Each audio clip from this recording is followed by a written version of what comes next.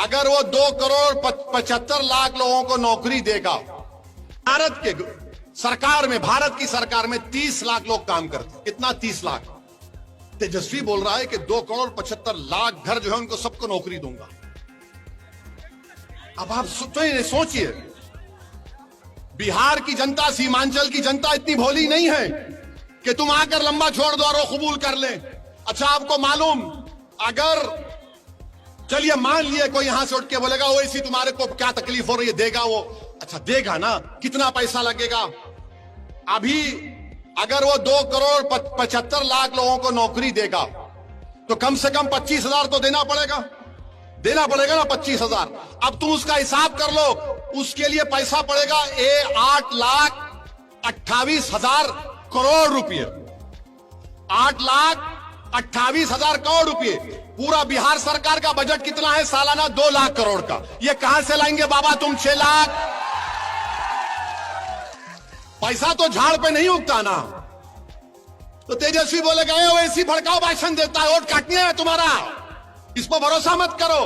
अरे बाबा तुम बताओ तो सही, कहां से लाओगे, किधर से लाओगे, किधर से लाओगे आप? क्या? अच्छा, फिर बोलते कि अगर कोई सुनो बैठो, अगर कोई ये बोलता है कि इंटर्नशिप में हम नौजवान को फैक्ट्री में इतना पैसा देगा, कौन सी फैक्ट्री है यहां पर, वो तो बता दो प्यारे, कौन को बता दो ना।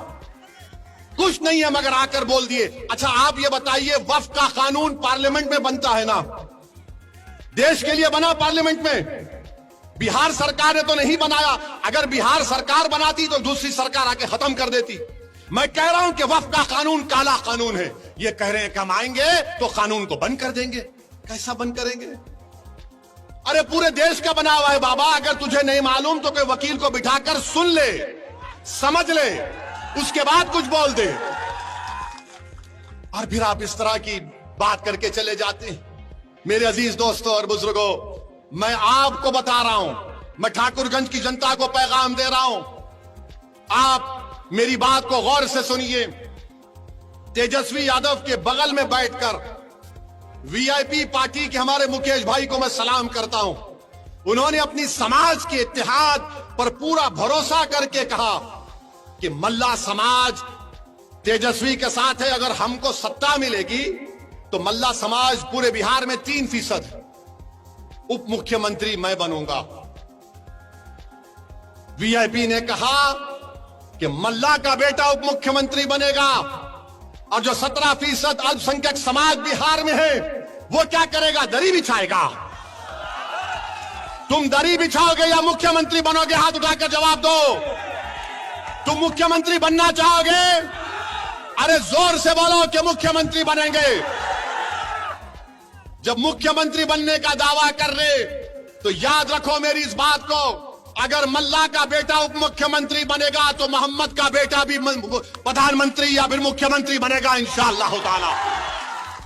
अबू बकर का बेटा भी मुख्यमंत्री बनेगा, उस्मान अली का बेटा भी मुख्यमंत्री बनेगा, उमर का बेटा भी बनेगा, और फातिमा का बेटा भी बिहार का मुख्यमंत्री बनेगा। यह कोई बात नहीं है कि हम अपने मकसद में कामयाबी हासिल ना कर सके।